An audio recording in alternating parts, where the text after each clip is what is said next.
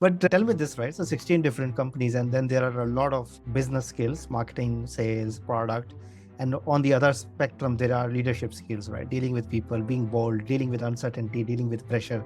How do you see this balance? And especially when you invest, when you work with other founders, what role do you think that leadership plays in the success or like maybe the not success of founders? Yeah, that's a really good point.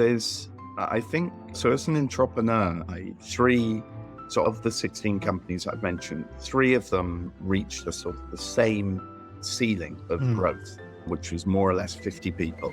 Sure. I think one ended up, maybe the maximum we hit was 55, another one, the maximum was 45, another one more or less. So about 50 people.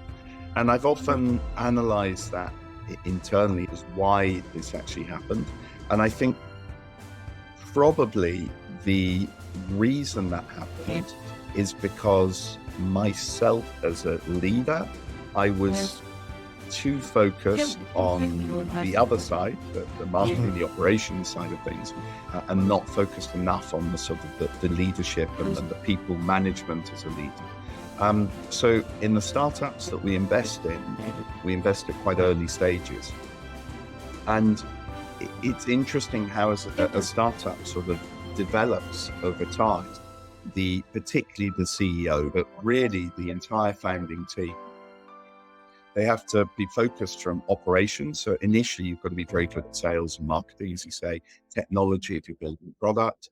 And as time progresses and as you start building up your team, you have to be more focused on leadership. Now, whether that's leadership of the entire team as a CEO or leadership of people within your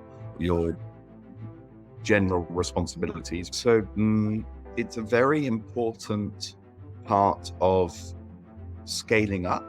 Not quite so important in the earlier stages, but obviously if you ever want to scale up, you need to bring on the type of team member that can help you scale, and they're not going to want to join you because they tend to be high quality people.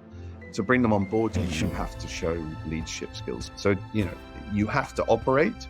And there's a sort of, and you have to have the leadership side of things. But I think as time develops in a company, the leadership becomes more important.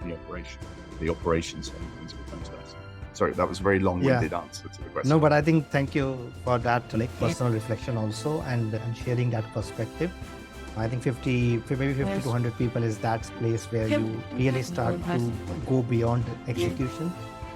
Because I often say that most founders become successful not because they're good leaders, but because they are good executors. And the same skills of being a good executor can then come in their way because they can only do so much by their own, willpower or strength.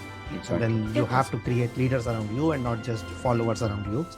Go to the next level. So thank you for adding that.